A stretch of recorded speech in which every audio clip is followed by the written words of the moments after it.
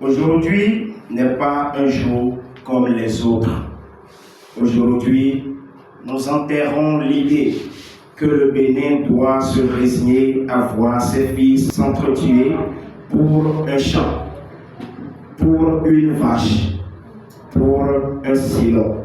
Aujourd'hui, nous créons l'Union pour la paix entre éleveurs et agriculteurs du Bénin, UPAID. Je mesure le poids de cette responsabilité.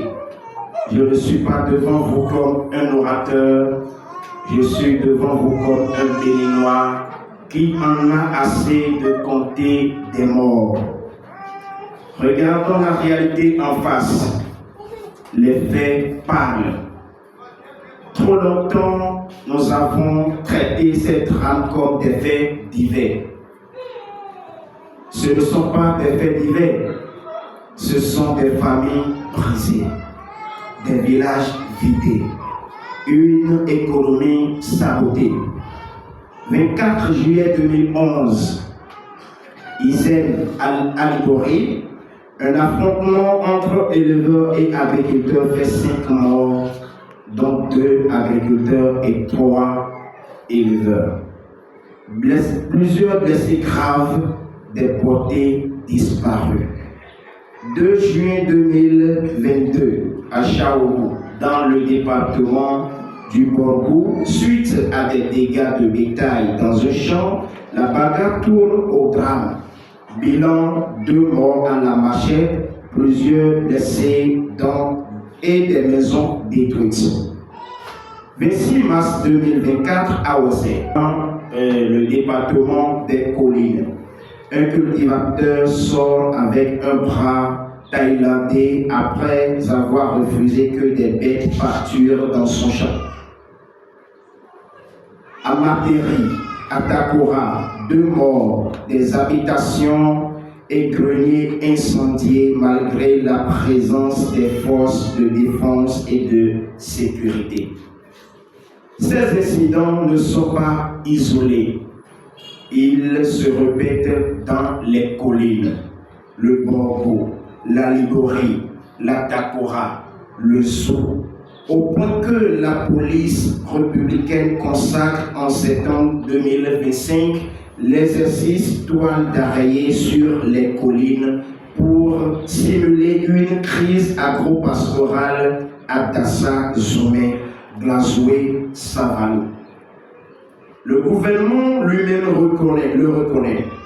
Ces conflits sont récurrents, violents, et le règlement se heurte à des obstacles administratifs. Le 8 mai 2024, le Conseil des ministres a dû réviser le décret sur la transhumance pour tenter de stopper l'hémorragie. Mes frères, mes sœurs, combien de morts faut-il encore qu'on agisse autrement? L'UPAID naît de cette urgence, mais pas pour créer, pour construire. Nous ne sommes pas un mouvement de protestation.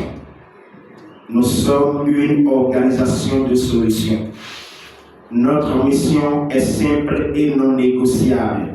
0 conflit meurtrier lié à l'usage des ressources naturelles au Bénin d'ici 2029. Comment? Par 3 leviers. Premier levier, prévenir avant que le sang ne coule. Nous déploierons 12 comités communaux de prévention des conflits. Nous mettrons en place un observatoire avec alerte précoce par SMS et WhatsApp. Nous cartographierons et sécuriserons 500 km de couloirs de transhumance. Quand un troupeau dévie, l'arrête pas.